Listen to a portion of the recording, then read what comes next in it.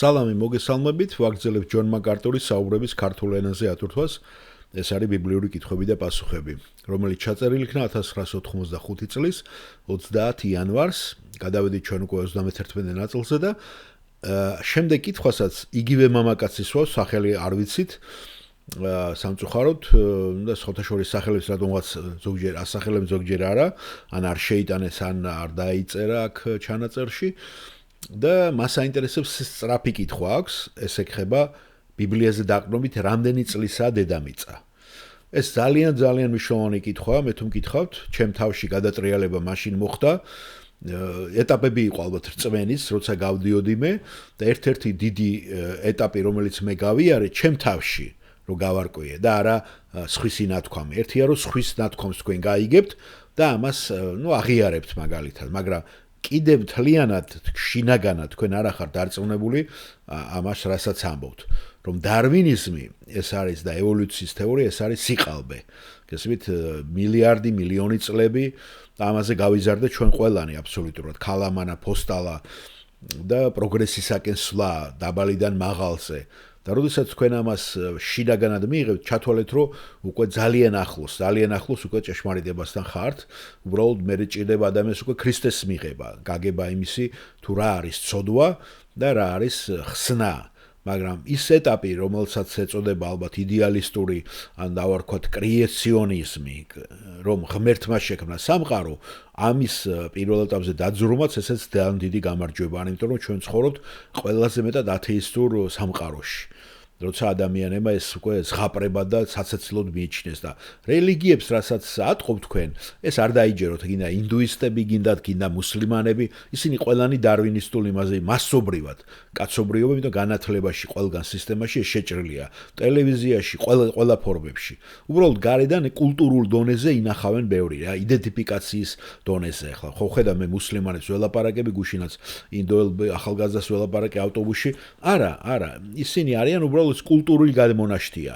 აი სიქხებიც ეს რომ იმას შვებიან წვერებს და რაღაცებს, ხო? ბევრი არის აქ კანადაში. ეს უბრალოდ არის ჰუმანიზმი და რაღაცა მათი კულტურის ისა და მაგას ერთგულებენ.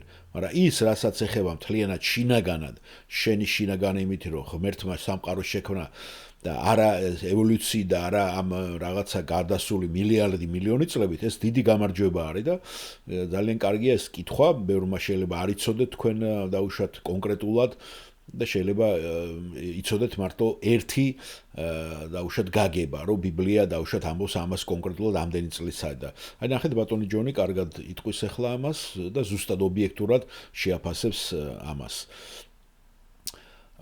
ბიბლიაზე დაყრდნობით, ესე იგი სათაური გითხარით, შემიძლია კიდევ ერთი სწრაფი კითხვა დასვათ, კიდევ ერთი კითხვა დასვით ჩქარა. მე ვადევნებდი თვალს ბიბლიის სამეცნიერო პანელს და ისინი საუბრობდნენ დედამიწის ასაკზე. და სხვადასხვა წლები იყო იქ, ზოგი ამას ასახელებდა, ზოგი ამას. და მე მაინტერესებს, რამ შთააგონა და საიდან მოაქვთ მათ ეს ყველაფერი.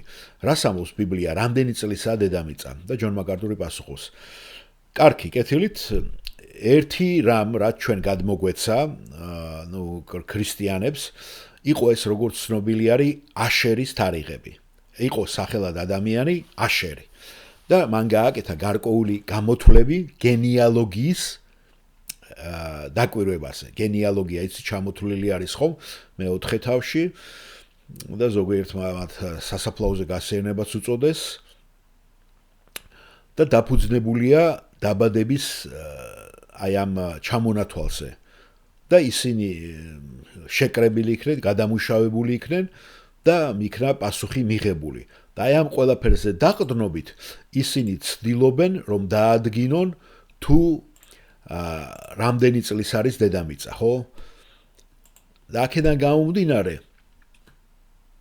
ისინი ასკონიან, რომ 6000 წლისაა. უკაცრავად მეხუთე თავი, დაბადების წიგნის მეხუთე თავი და არა მეოთხე, მე იმას ავქენი უბრალოდ გავაპარე ეს შეცდომა.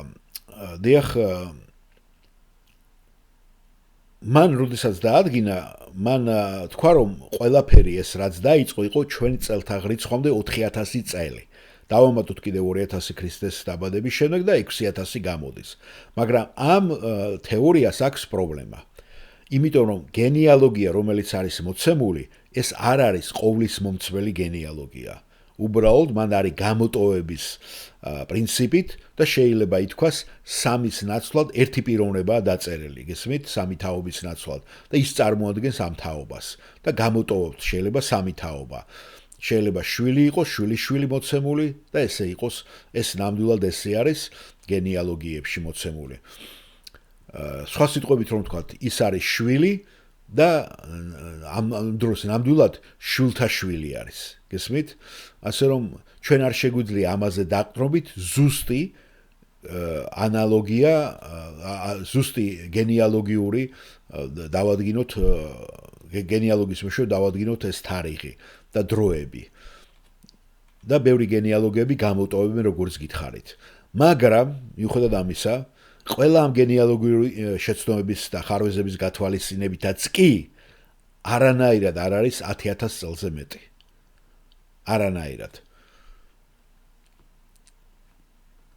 თუ ოდნავ გააფართოვებთ მას და დაამატებთ, არ იქნება ბევრი. მით უმეტეს არანაირად მილიონი და არანაირად მილიარდი წლები, რასაც დარვინისტები და ევოლუციონისტები ადასტურებენ და ამტკიცებენ და წამთ. მათაც წამთიც და ესეც დაუდგენელია მათი მეთოდიც. ასე რომ ეს არის ჩემი პასუხი. მადლობა ჯონ პასუხისათვის.